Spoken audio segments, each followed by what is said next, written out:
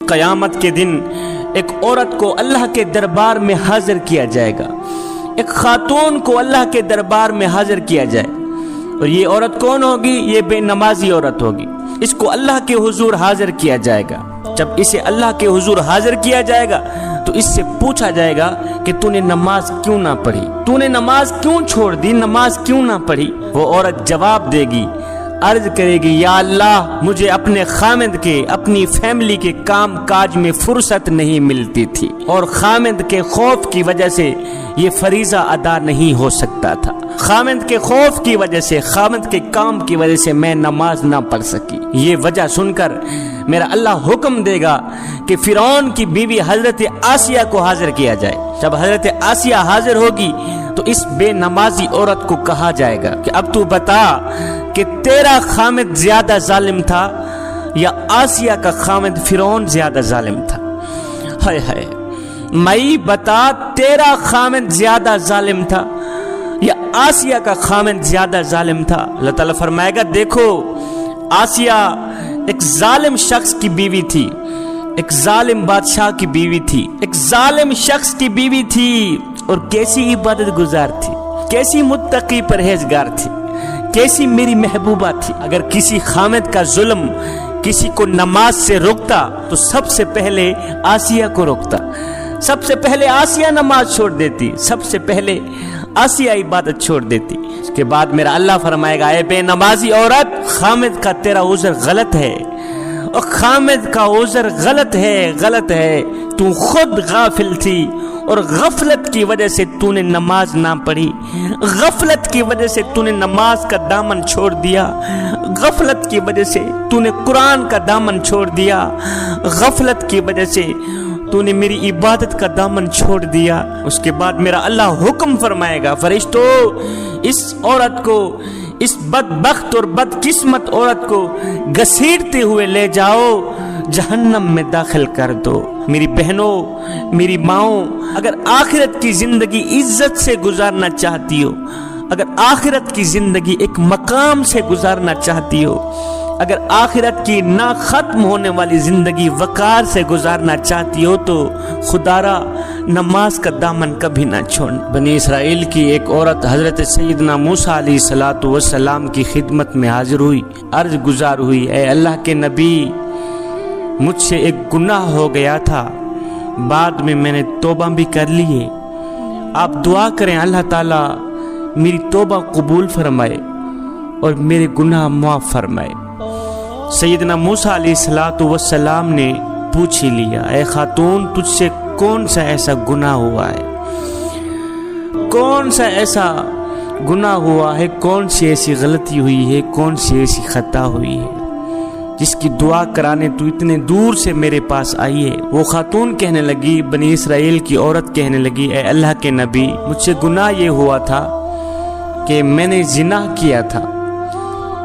کیا تھا اور میں حاملہ ہو گئی تھی، حاملہ ہوئی، مجھ سے ایک بچہ پیدا ہوا، اب بچہ پیدا ہوا تو میں اپنے اس گناہ کو چھپانے کی خاطر، اپنی اس غلطی کو چھپانے کی خاطر، اپنی اس خطا کو چھپانے کی خاطر میں نے اس بچے کو ذبح کر دیا، میں نے اس بچے کو قتل کر دیا، اور ذبح کر کے میں نے اسے مٹی کے سپرد کر دیا، یہی مجھ سے گناہ ہوا ہے۔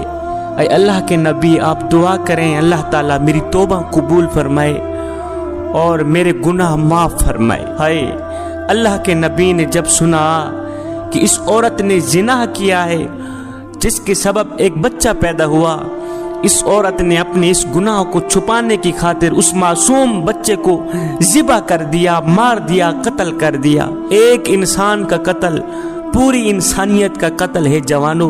موسیٰ علیہ السلام یہ سن کر جاہ و جلال میں آ گئے، آپ نے فرمایا، بدبخت عورت اور گنہگار عورت، یہاں سے نکل جا، یہاں سے دفع ہو جا، تو نے ایک معصوم بچے کی جان لے لی ہے، دفع ہو جا، نکل جا یہاں سے، کہیں ایسا نہ ہو آسمان سے آگ اترے اور تیری نحوست کے سبب ہم سب کو جلا کے راکھ کر دے۔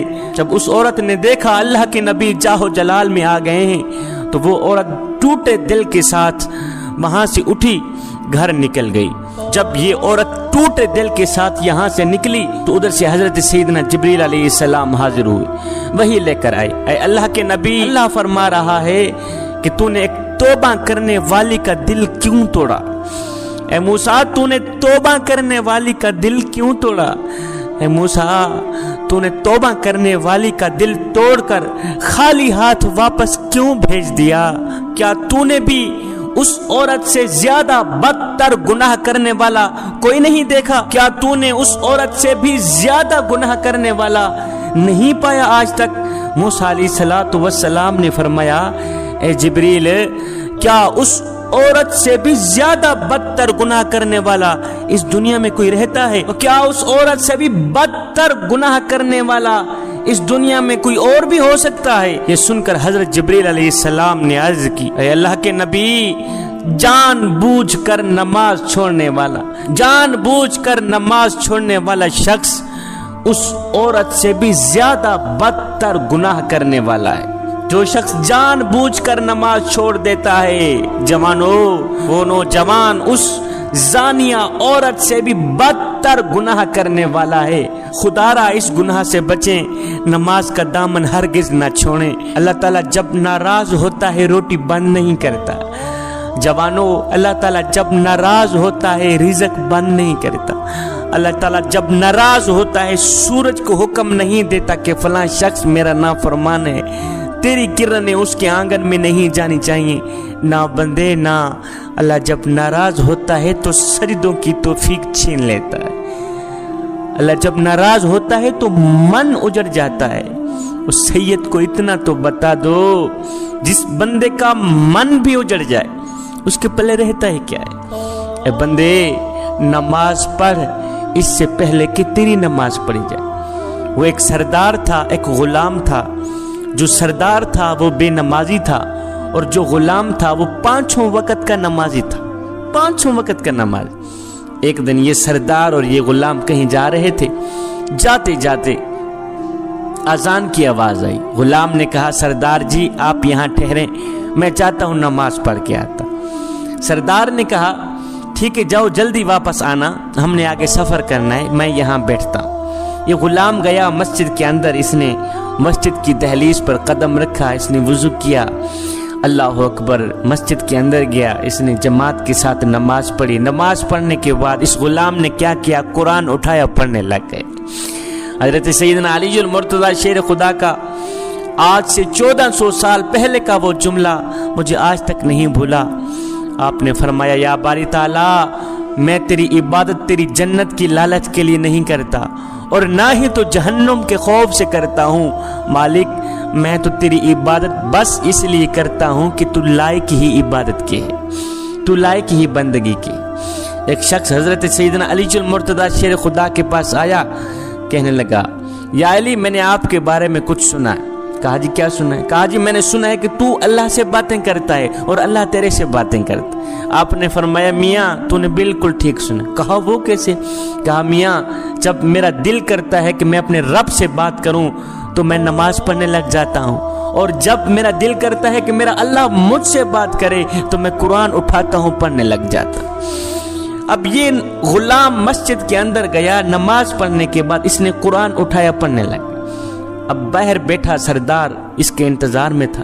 سارے نمازی نماز پڑھ کے واپس چلے گئے، یہ غلام مسجد کے اندر ہی بیٹھا۔ جب وہ سردار باہر بیٹھا تھکا تو آہستہ آہستہ اٹھا، جاؤں پتہ کروں کہاں مر گیا ہے غلام۔ یہ سردار اٹھا، یہ آیا مسجد کی دہلیز پر، اس نے قدم رکھا، جہاں مسجد کے جوتے پڑے ہوئے ہوتے وہاں آ کے رک گیا، اندر نہ گیا، جوتوں والی جگہ پہ آ کے رک گیا، آوازیں دینے لگا، اور غلام کہاں مر گیا ہے؟ اور سارے نمازی نماز پڑھ کے واپس چلے گئے، تیری ابھی تک نماز ختم نہیں ہو، اور جلدی باہر آ، ہم نے آگے سفر کرنا، اور جلدی باہر نکل، ہم نے آگے سفر کرنا ہے، اور ہم نے آگے سفر کرنا ہے۔ جب اس سردار نے بار بار غلام کو آواز دی تو غلام نے اندر سے قرآن مجید بند کیا۔ غلام مسجد کے اندر بیٹھا، کہنے لگا، سردار جی میں کیا کروں کہ جو خدا تجھے مسجد کے اندر نہیں آنے دیتا وہ خدا مجھے مسجد سے باہر نہیں جانے دیتا۔ میں کیا کروں، میں مجبور ہوں، میرا مالک مجھے باہر جانے بھی نہیں دیتا۔ جو خدا تجھے مسجد کے اندر نہیں آنے دیتا،